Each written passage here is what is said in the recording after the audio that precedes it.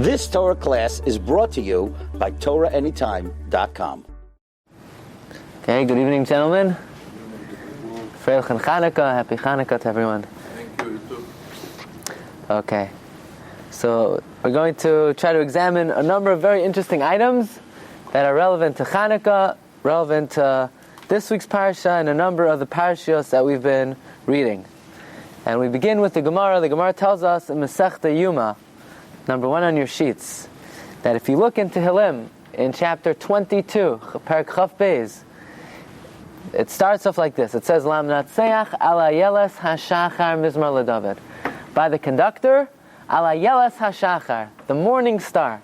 We have a tradition that chapter 22 of Tehillim refers to Esther. Refers to Esther. And the Gemara wants to know, why is Esther compared to the morning star? Why is Esther compared to the morning star? Look at number 1. Amar Rabbi Yasi, Lama nimshala Esther l'shachar. Why is Esther compared to the morning? Laimar Lecha teaches you, Ma shachar soif kol halayla. Just like the shachar, just like the morning is the end of the night, the morning star is the end of the night. Af Esther soif kol hanisim. The Esther, the miracle of Purim, is the end of all miracles. Okay? Just like, right, when you wake up in the morning of miracles. Purim is the end of all the miracles. Okay? Just like, it's dark outside, and then you see a little bit the morning star, that's the end of the night. So to Esther, the miracle of Purim is the end of all miracles. A little bit difficult to understand. Is that true? Esther is the end of all miracles. When did the miracle of Purim take place? The end of the first Beis HaMikdash. The end of the first... in between the first Beis HaMikdash and the second Beis HaMikdash. We know the first Beis HaMikdash stood for 410 years. There was a 70-year exile where the Jews were exiled to Babylonia, to Bavel, and then the second temple stood for 420 years. The miracle of Purim took place in the 70 years between Bayis Rishon and Bayis Sheni, the first temple and the second temple. Purim was the last miracle? There's one miracle in particular that we're celebrating tonight that happened after Purim. What's that? Chanukah. Chanukah happened in the time of the second Beis HaMikdash. Purim happened in between the first Beis HaMikdash and the second Beis HaMikdash. How could the Gemara say that Esther is compared to the morning? Because just like the morning is the end of the night, Esther is the end of all miracles. Esther is not the end of all miracles. Chanukah came after Purim. Chanukah was a miracle, right? They found one flask of oil, enough for one day, and it lit for 8 days. So that was a miracle, and that took place after Purim. So how could the Gemara tell us that Purim, that Esther is the end of all miracles? Okay, that's question number 1. Question number 2. The word Chanukah. What does Chanukah mean? Dedication, inauguration. You know what inauguration means? Chanukah. Inauguration means, you build a new shul. So you want to make a ceremony to, kick it off in a right, nice way, to start it off, to inaugurate it. What? Lachloch? Lachloch. That's the neighbor word. Lachloch? Lachloch, that's the verb. Lachanoch, Ken. Okay, that's the verb. Right. So the word Chanukah means to inaugurate, and we're accustomed to thinking that means that when the Greeks came into the Beis HaMikdash, they defiled it. They defiled all the oil, they defiled all the vessels in the Beis HaMikdash, they defiled the Mizbeach, the altar, and then the Chashmonaim came back and they inaugurated it. They started it up again. But there's actually another reason why Chanukah is called Chanukah. Take a look at number 2. Number 2 is a comment by one of the Rishonim. One of the Rishonim he was born in Spain. He was a Talmud of the Rashba, and he wrote a commentary on Chumash, and his name was Rabbeinu Bechaye. Rabbeinu Bechaye wrote a commentary on Chumash, and since it was published, it has been published and reprinted more than 20 times, and more than 10 commentaries have been written just on this one commentary. Okay, Rabbeinu Bechaye's commentary, 10 commentaries have been written on this commentary. The Chassam Sofer writes, would say, that for 40 years, every Friday night, he would learn the commentary of Rabbeinu Bechaya and the Parsha. And every time he learned it, he discovered new insights into Rabbeinu Bechaya. Listen to what he says. Ha'inyan hazeh, this concept, yesh lehisponein, we need to think, b'shem hayamim ha'ela, in the name of these days, hanikram Chanukah, which is called Chanukah, shehu nigzar milashon chinuch. The root of the word is chinuch, okay?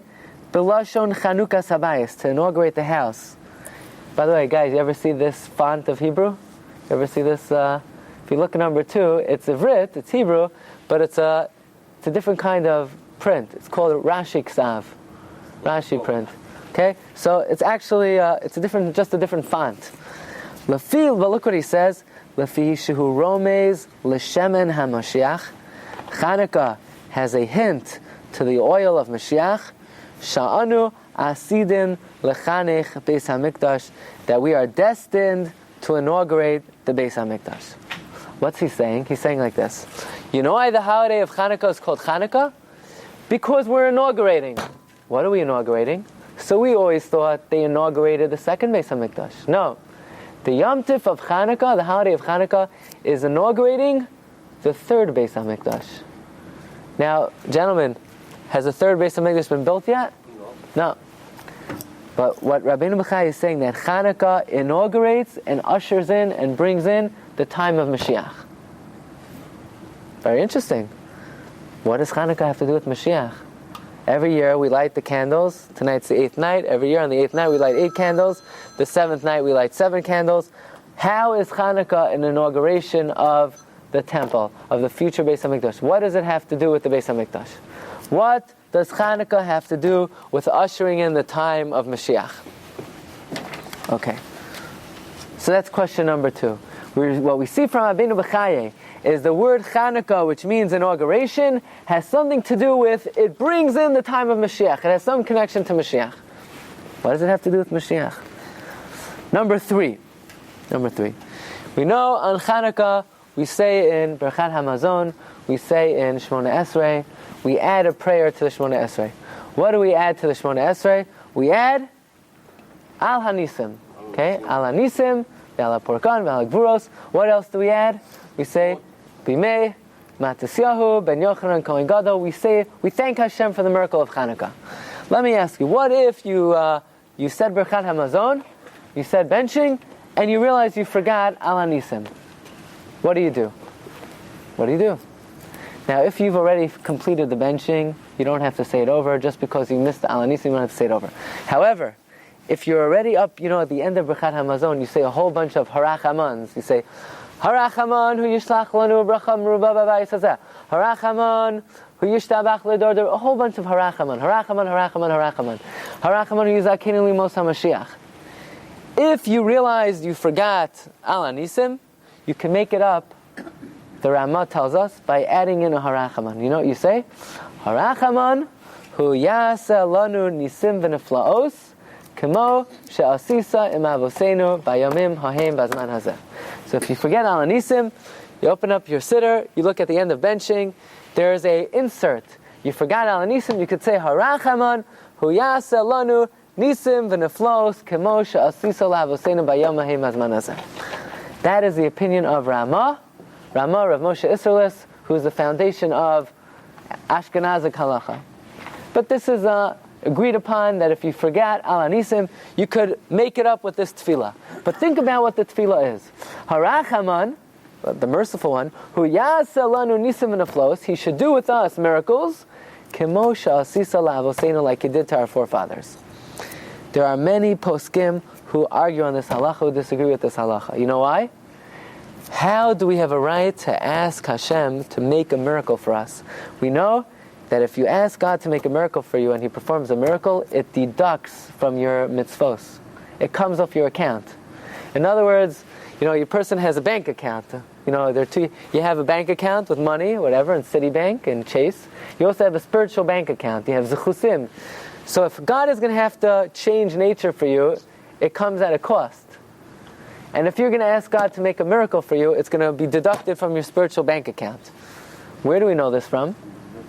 We know this from, the Gemara tells us that if somebody's wife is pregnant and the baby is already 40 days old, the child's already 40 days old in its mother's womb, you're not allowed to daven, Hashem, please make it a boy. Why? Because the gender has already been determined. After 40 days, the gender has been determined. You can't pray for God to make it a boy. So the Gemara asks, what do you mean? Didn't Leah, remember we learned 2 weeks ago? Didn't Leah, after she realized she was having a boy, she davened it should be a girl? So we see that God could change things. So Gemara says, no, we don't daven for miracles. You're not supposed to daven for miracles. We don't daven for miracles. And therefore, many poskim say that if you forget Al Anisim, you're not allowed to make it up by asking Hashem, God, Harachaman, let the merciful one, let him do miracles for us like he did with our forefathers in those days. However, what do? We paskin that someone who did forget Al Nisim, he does say this Harachaman. He does say Harachaman hu yasa lanu nisim v'neflaos k'mo she'asis l'avoseinu. We do say this tefillah. So the question is, how do we have a right to say this tefillah, but you're not allowed to ask God for a miracle? It's not proper, because if he makes the miracle, it comes at a cost. Okay? That is question number 3. Question number 4. Anybody here have a tzedakah box at home, where if you lose something, you put money in it and you say a special prayer? You ever hear this? You ever hear this kind of tzedakah box? It's called the tzedakah of Meir Balanes. Right? Where it has a little formula, a little tefillah. If you lose something, what do you say? Elokah de Meir Aneni. The God of Meir should answer me. What is this all about? Gemara tells us that Rabbi Meir, he had this little formula that whenever he got into trouble, he would just say, Elokah de Meir Aneni. Let the God of Meir answer me. And the question is that God never associates his name with anyone, even with someone who's righteous, while they're still alive. Because so long as a person is alive, even if they're the biggest tzaddik in the world, even the biggest Talmud Chacham, even the biggest tzaddik, even if, doesn't matter, even the biggest tzaddik, there's always an opportunity that he could veer off and go off track in his last day. We know instances of the greatest tzaddikim, the greatest Talmidei Chachamim, that at the end of their life, they had a few days left, they became Rishayim. So God never associates his name with tzaddikim while they're still alive. Why do we say Elokei Avraham? Abraham's not alive anymore. Why do we say Elokei Yitzchak? Yitzchak's not alive anymore. Why do we say Elokei Yaakov? Because Yaakov's not alive anymore. In fact, when Yitzchak was alive, we didn't say Elokei Yitzchak. What was said? Pachad Yitzchak, the dread of Yitzchak, the fear of Yitzchak. But so long as tzaddikim are alive, God does not associate his name with the righteous, because they may go off, they may veer off. And the question therefore is, that we wanted to know, Rabbi Meir, whenever he was in trouble, he would say, Elokah de Meir Aneni, let the God of Meir answer me. Elokah de Meir Aneni? How is he allowed to say Elokah de Meir, the God of Meir? He's still alive. God doesn't associate his name with the righteous while they're still alive. Even Yitzchak, even our forefather Yitzchak, while he was alive, we didn't say Elokei Yitzchak. We didn't associate God's name with Yitzchak. We said Pachad Yitzchak. So therefore, how is Rabbi Meir allowed to say this? Okay? Says the Marsha, you ever see this tzedakah? You ever see this tzedakah, right? You get in the mail, they send it to you, right? It's a segula to find the lost object. How is Rabbi Meir allowed to say while he was still alive, Elokah de Meir Aneni? What do you mean? He's still alive. God will not associate his name with you while you're still alive. Says the Marsha, one of the great commentaries on the Gemara. Listen to what the Marsha says. When Rabbi Meir said Elokah de Meir Aneni, he wasn't talking about himself. You know what he was talking about? Elokah, the God, de Meir Lanu, that illuminated for us. When? At the time of the miracle of Chanukah, he should help us out. You hear? He didn't mean the God of me, my God should help us out. Elokah de, it wasn't his own God. He wasn't referring to Meir, his name. Look in the Marsha. If you look, number 4, 3 lines from the bottom. 3 lines from the bottom toward the end of the line, 4 words from the end of the line. O Sha'amar, or he meant to say, Elokah de Meir Lanu, the God who illuminated for us. B'malchus Yavan HaKodemes, during the reign of the dominion of Yavan, of the Greeks, B'neis Haneros, through the miracle of the candles, Shel Chanukah, of Chanukah. In other words, you know what Rav Meir was saying? Not my God should answer me. The God who illuminated our lives in the miracle of Chanukah, He should help us out. Very interesting. Why would Rav Meir specifically invoke the miracle of Chanukah? Here Rav Meir is in trouble. Let him say, the God who took us out of Mitzrayim, let Him help us. The God who split the sea, let Him help us. The God who gave us the Torah, let Him help us. The God who helped us out in the times of Purim, let Him help us. Why is Rav Meir specifically invoking the miracle of Chanukah? The miracle of Chanukah. The God who helped us out in the times of Chanukah, in the time of the Greeks, let him help us. Why? What was Rav Meir's specific connection with Chanukah? That he's invoking the miracles of Chanukah. God who miraculously wrought us success in the times of Chanukah should help us out. Okay, just to go back, just to review quickly some of our questions. Number one, again, the Gemara tells us in Masechta Yuma that Esther, that Purim was the last of all the miracles. And the question we asked were, it's not true. Purim is not the last of all the miracles. Chanukah came after Purim. How could the Gemara tell us that the last miracle is the miracle of Purim? Number two, we wanted to know also, Rabbeinu Bechai tells us Chanukah, which means to inaugurate, inaugurates the times of Mashiach. It's not an inauguration of the second Beis HaMikdash, it's an inauguration of the Yemos HaMashiach. How are we inaugurating Mashiach? By eating jelly donuts. How does that inaugurate Mashiach, So, these are some questions we have to deal with. Another issue. Take a look at number 5. One of the greatest Sephardic Gedolim was somebody by the name of Rabbi Avraham Saba. Rabbi Avraham Saba was exiled from Spain in 1492. He had a very tragic life, and his commentary of the Torah was lost, and he had to rewrite it from memory. And he reveals to us a brand new meaning of the word Chanukah. Okay? I'm pretty sure this is something that will come as news to most people. A new explanation for the name Chanukah. Okay? Let's just see how he introduces it. Take a look at number 5. He gives us a very nice introduction. Okay? Va'ani hatzoir. What's a tzoir? Young. A young man. I, the young man, Avraham Saba. My name is Avraham Saba. Not my name. My name is Daniel Glatstein. He's talking. No, I'm just joking. Avraham Saba. Rotza legalos l'chabakan. I want to reveal to you, over here, Mashanis Galilee, that which has been revealed to me. Okay, so this is big news here. He's telling you, I'm about to reveal to you something that has been revealed to me. Beli Sefer. I didn't read it in any book. Okay? He didn't read this in any book. Uveli Melamed. No one taught this to me. Ume Olam Lo Ra'isi. I never saw it. Velo Shamati Pirish Tavnisa. I never heard it before. Okay, you ready for this one? He never heard this from anyone. No one ever taught it to him. No Rebbe ever showed this to him. A brand new reason. He thought of it on his own. Lama Nikra Moyed HaChashmonim Chanukah. Why this holiday is called Chanukah? Okay? And he goes on to say, why should it be called Chanukah? So, what did we learn when we were growing up in yeshiva? Why was it called Chanukah? What did we learn in day school? In Cheder? Chanu b'chaf hey, they rested on the 25th day of Kislev. But there are a couple of problems with that. First of all, then it should be called Chanu b'ka. Why Chanukah? What happened if it's Chanu b'chaf hey, it should be Chanu b'ka. Why is it called Chanukah? Plus, according to many Rishonim, the Ran and the Meiri say they did not rest from their enemies on the 25th day of Kislev. They rested on the 24th day of Kislev. So that really makes that answer a little bit hard to understand. Okay? So what we're about to say is something that very incredible, very special. Says the Tzrar Hamar. Take a look in the second paragraph. And we're going to 1, 2, 3, 4, 5. Okay, we're going to read from 5 lines into the second paragraph. I'm just going to give you a quick introduction.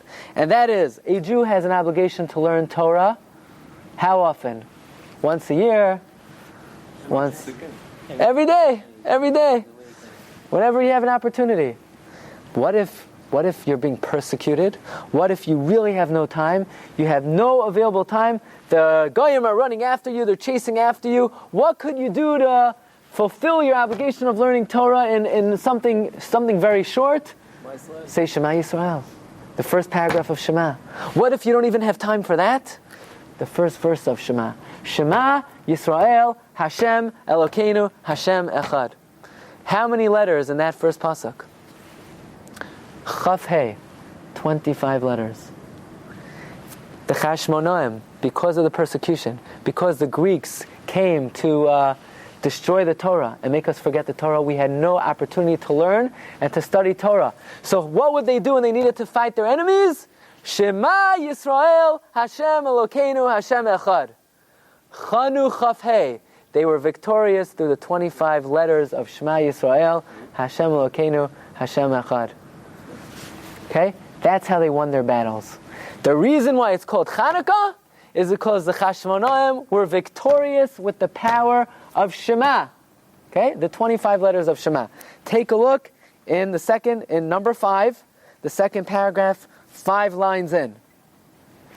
Ulekach, and therefore, HaChashmonaim, the Chashmonaim, Lefi Shemerov Hatzaros v'Hagezeros, because of their abundant troubles, Lo hayu yichaylim la'asok b'Torah, they were not able to engage in learning Torah. Hayu miyachdim es Hashem b'pasuk Shema Yisrael, they would unify Hashem's name with the name of Shema Yisrael. How many letters? Sheyesh bo chaf he osios, 25 letters. Uvekayach zeh hayichad nutzchu oiveim, and with the power of unifying Hashem with these 25 letters, they were victorious over their enemies. You want to know why it's called Chanukah? Chanu Chaf He. They were victorious, they rested through the power of Shema. Okay? A brand new reason. A brand new reason. You hear? Good stuff, right? There's a new reason for Chanukah. Something to do with Shema. They had the Chashmonaim against thousands of Greeks. Shema Yisrael, that's the end of the enemy. That's the end of the enemy. Okay? Take a look what he says. Ad shalazeh karu shem hamoed hazeh Chanukah. That's why they called the name of this holiday Chanukah. That's why there's no Beis in Chanukah. It's not Chanukah. It's not because they rested on the 25th. It's Chanu Chaf He, with the 25 letters of Shema. By the way, it was through the force of Hashem's name. The full name of God, the mystical name of God, has how many letters? 72 letters. Good. Maccabi Mem Chaf Beis Yud, numerical value of 72. It's also the Rashi Tevos of Baruch Kavod Hashem Mimakomo, spells out Maccabi. But again, what we're seeing here, very concisely, is that how did the Chashmonaim beat their enemies? With what? The power of Chaf He, the power of Shema. Mi chamocha ba'ilam Hashem. Also mi chamocha ba'ashem. Yeah, good. Let me ask you a question. Let's see if we could uncover the secret a little bit. How was the power of Shema? Why was that the force that they used to overcome the Greeks? Why? What was special about the Shema that allowed them to overcome their enemies? By the way, if you look in Sefer Devarim, the general of the Jewish army, before the Jews would go to battle, he would say, Shema Yisrael. Why? He was telling them, Rashi says, if your only zechus is the mitzvah of Shema Yisrael, that's enough to destroy your enemies. So we see that Shema Yisrael has a special force to destroy your enemies, especially when it comes to this war against the Greeks. And let's investigate one more thing before we try to explain some of these items. Take a look in Parak Mem Gimel, Pasuk Tez Zayin, last week's Parsha. Parak Mem Gimel, Pasuk Tez Zayin. Okay? This is the reunion of the brothers together with Yosef for the very first time. Okay? Yosef sees his brother Binyamin for the very first time. Vayar Yosef itam es Binyamin. Yosef sees Binyamin with them. Vayomer la'asher al beiso. And he says to the one who is appointed over his house, Havei es ha'anoshim haboisa. Bring these men into the house. Utevoach tevach. I want you to slaughter a slaughtering. Meaning, prepare some good meat, some geschmack steak, some juicy steak, some good food. V'hachein, and prepare it. Okay? Look at these 3 words. Utevoach, tevach, v'hachein. Page 242. Take a look at it. Utevoach, tevach, v'hachein. 242. Pasuk Tes Zayin. Okay? Pasuk Tes Zayin.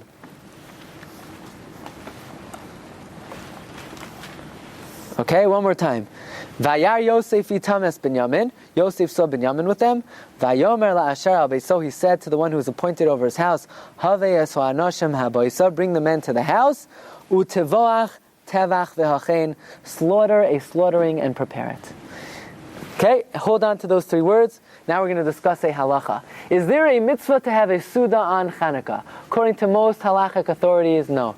There's no mitzvah to have a Suda on Chanukah. On Purim was enacted to enjoy yourself physically. Chanukah was established to praise Hashem, to thank Hashem. However, there are some Rishonim, namely the Rambam, that says there's a mitzvah to have a Suda on Chanukah. And not only is there a mitzvah to have a Suda on Chanukah, there is a hint in the Torah to have a Suda on Chanukah. Where's the hint? This pasuk. Where? Utevoach tevach v'hachein. Look at the word v'hachein. Okay? Take the ches from the word tevach, put it with v'hachein, spells Chanukah. Ches, nun, vav, chaf, hey. Chanukah.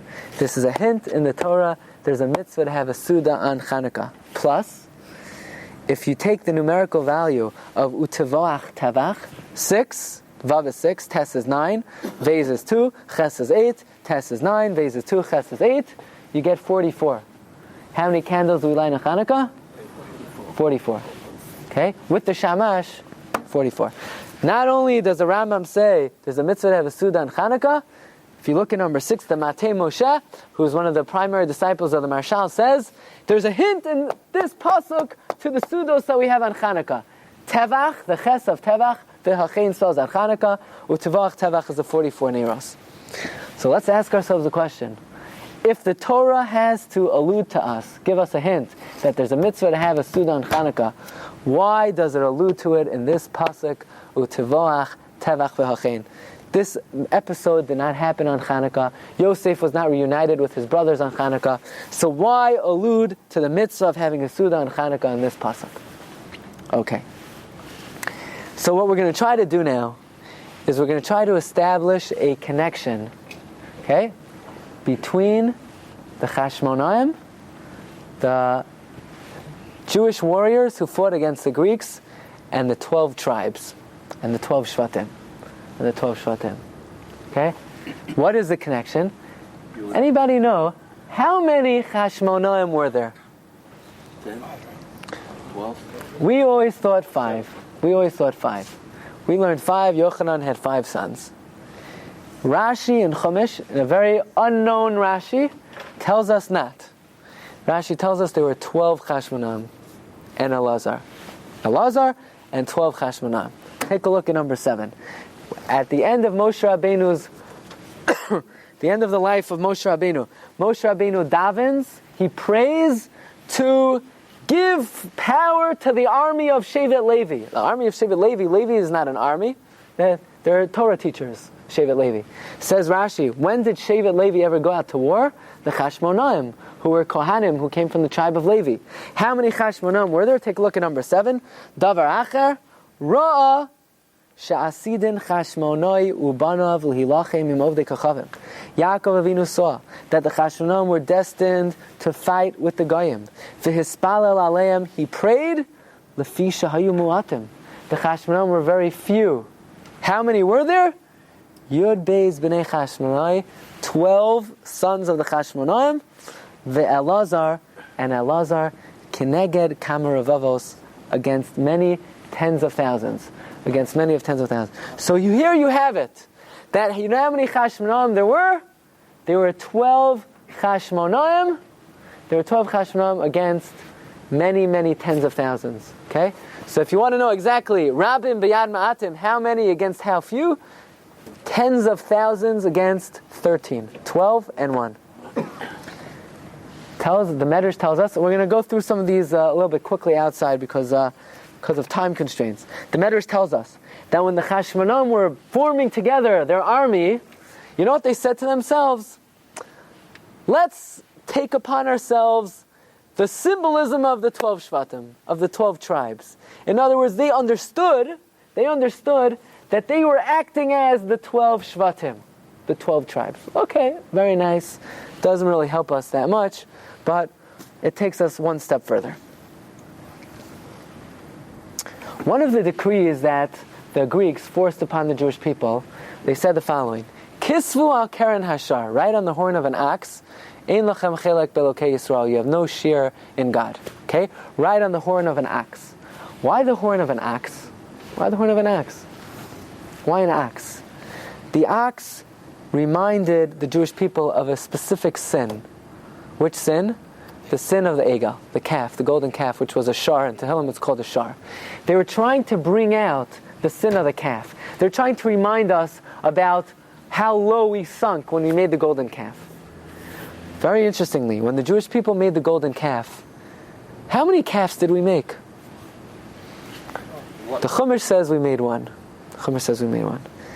But yet, if you look in the Chumash, when they got this golden calf, they took the golden, you know what they said? Eila Elokecha Yisrael. These are your gods, Israel. What do you mean, these are your gods? I thought it's only one golden calf. The Gemara tells us in the Yerushalmi that when it came time to make the golden calf, a fight broke out among the Jewish people. Shevet Reuven said, I think our calf should look like this. Okay? And we're going to make... Shevet Shimon said, no. We're not going to make a god that looks like that. We make this calf. Until they made 12 calves. The Yerushalmi tells us they made 12 calves. So the sin of the golden calf was compounded and exacerbated by the fact that there was no unity. There was discord. There was a great rift. All 12 tribes were completely split up. And that was one of the elements that the Greeks were trying to bring out. They were trying to tell the Jews, look what a broken up people you are. Look how much discord exists among you. Look how much hatred there is. Look how much sinas chinam there is among you. Remember the golden calf? Even when it came time to sinning, you guys couldn't get along.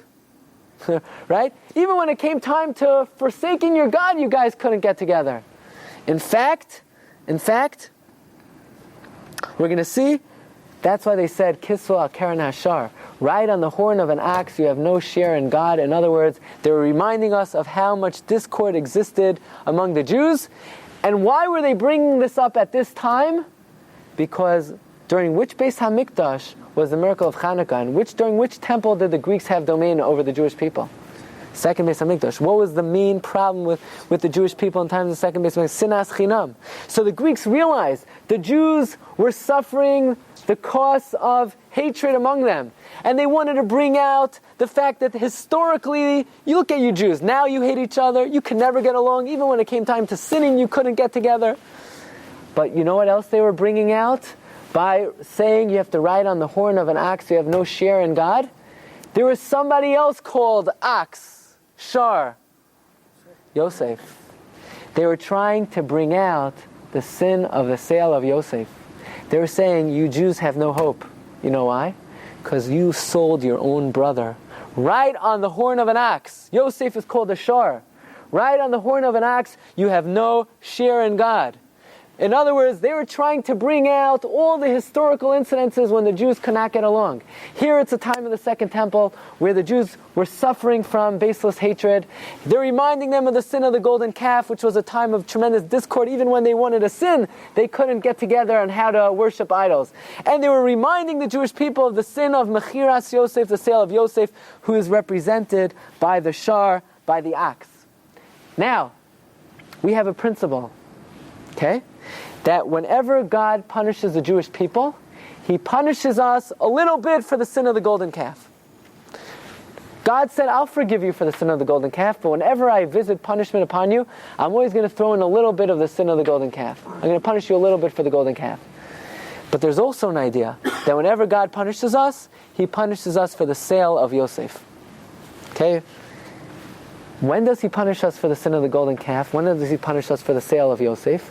If we sin between us and God, whenever we see sin between us and Hashem, bein adam lamakom, between us and God, He punishes us for the sin of the egel.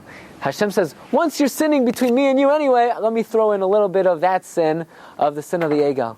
Whenever we sin between our friends, between man and friends, bein adam chavero, God visits punishment on us for the sale of Yosef. Okay? So what the Greeks were trying to do was, you Jews, this is the second temple, you can't get along now.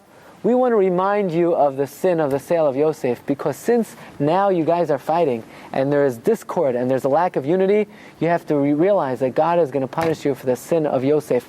That the 12 brothers could not get along. Rabbi, Yes.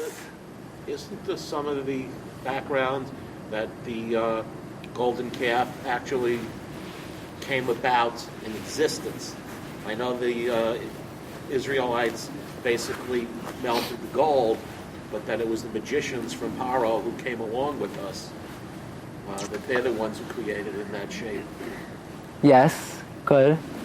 And you remember how they created it? They threw in something from Yosef, alei shor, the piece of gold that they threw into the Nile to bring up the coffin of Yosef from the Nile. They used that to create this golden calf. That has to be worked out, how that reconciles with the idea that they made 12 calves. I'm not sure how it does reconcile. Okay. But let's just... So, the Chashmonaim, how many were there? 12. Their objective was to come together and sort of rectify the sin of the Shvatim who had so much discord in selling their brother. And their objective was to come together with Achdus and unity and sort of rectify the sin of the sale of Yosef. In fact, who was the king of the Greeks? Antiochus. The gematria of Antiochus is Yosef. The gematria of Melech Yavan, king of Yavan, is Yosef. This was the battle. The battle was between the Greeks and the rectification of what the Shvatim did for Yosef. And how did they try to rectify this? By coming together. How did they come together? In what way do we see they came together? I'll tell you very briefly. When Yaakov Avinu was about to pass away, he calls together his sons and he says, look, Reuven, I gave you this blessing because you have these powers, these kochos. Shimon, I gave you this blessing. Levi, I gave you this blessing. I'm afraid that you, my children, you're so different from each other, you'll never be able to come together in unity.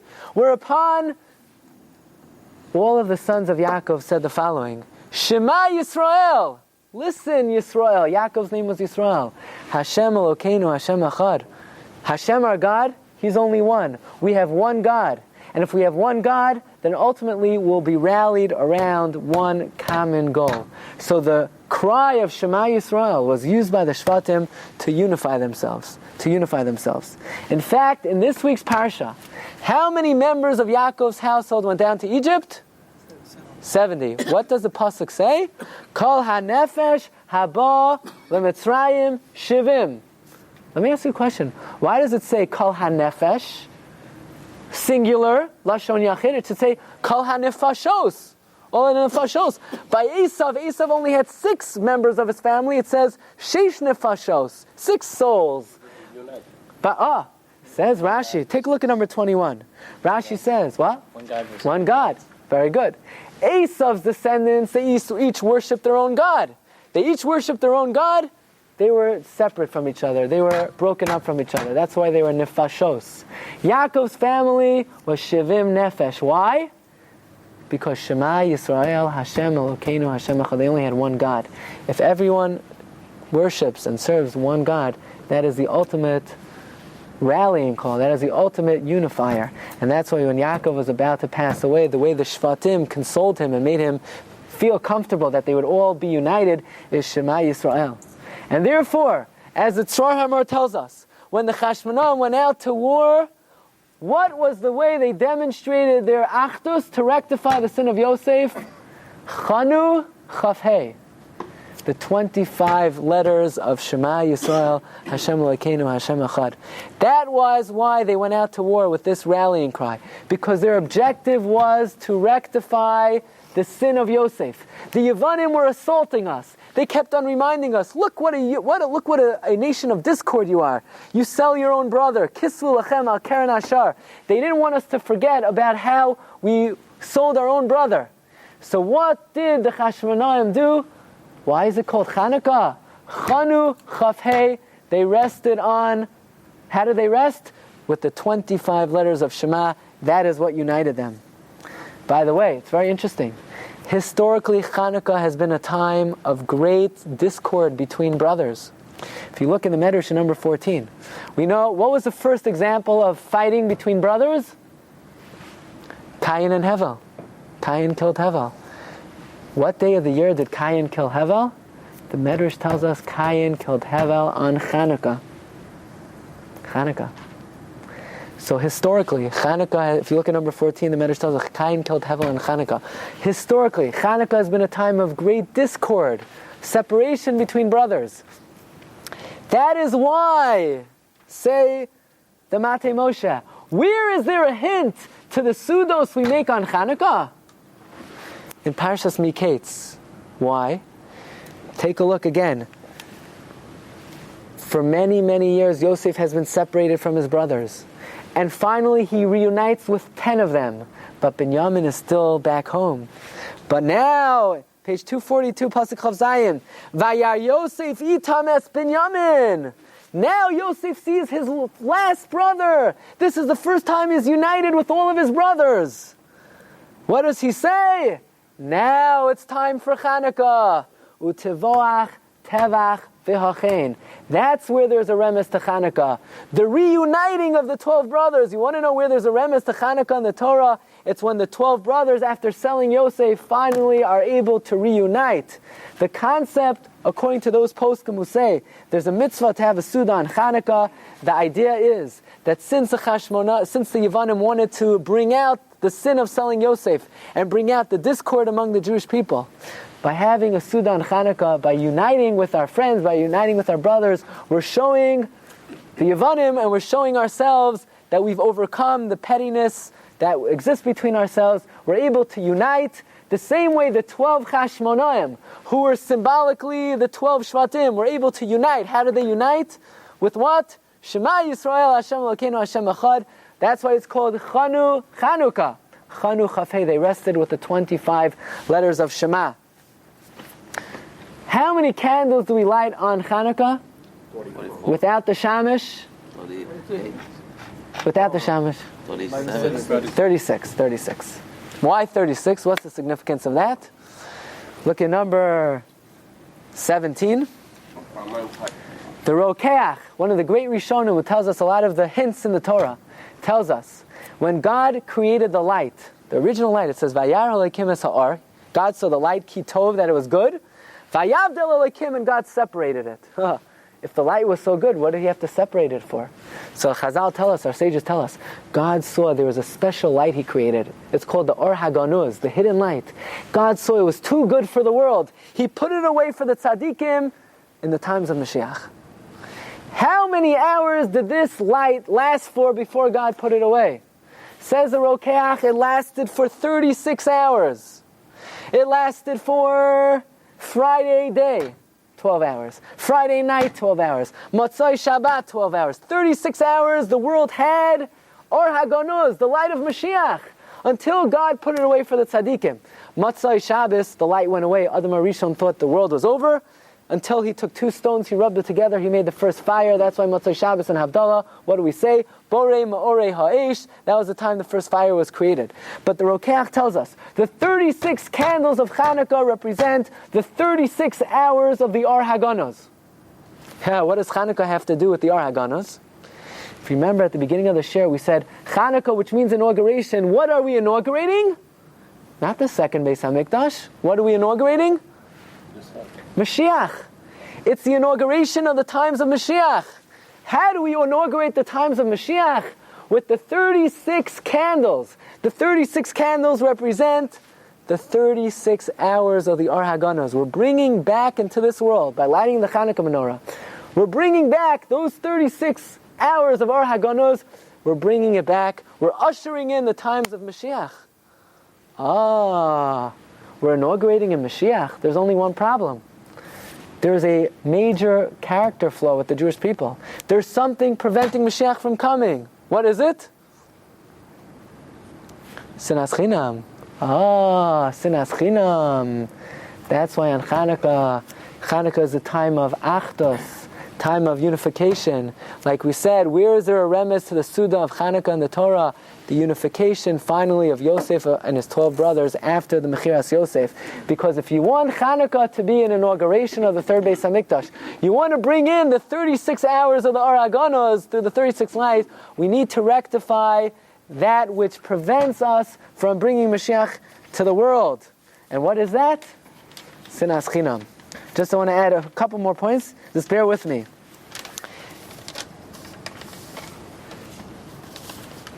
Noach had 3 sons. What were their names? Shem, Cham, Yafes. Yafes had a son. You know what his name was? Yavan. He was the father of Greece. The pasuk says at the end of Parshas Noach that Yavan was the first person to move out into a faraway island, to be separate from his brothers. Until then, the rest of mankind always lived together with the family. Yavan was the inventor of family. They're preventing progress. Family, who needs them? If we focus on the family, we can't accomplish in life. Yavan was the first one with the concept of discord in the family. That's why they were the ones who were constantly bringing out Mechiras Yosef, reminding the Jews how much discord exists amongst us. And that's why when the Chashmonaim were fighting Yavan, they had to fight it with the power of Shema Yisrael. Shema Yisrael, because when we have one Hashem, that unifies us as one. We'll just end off with one thing. The Rambam tells us Ner Chanukah is a very beloved mitzvah.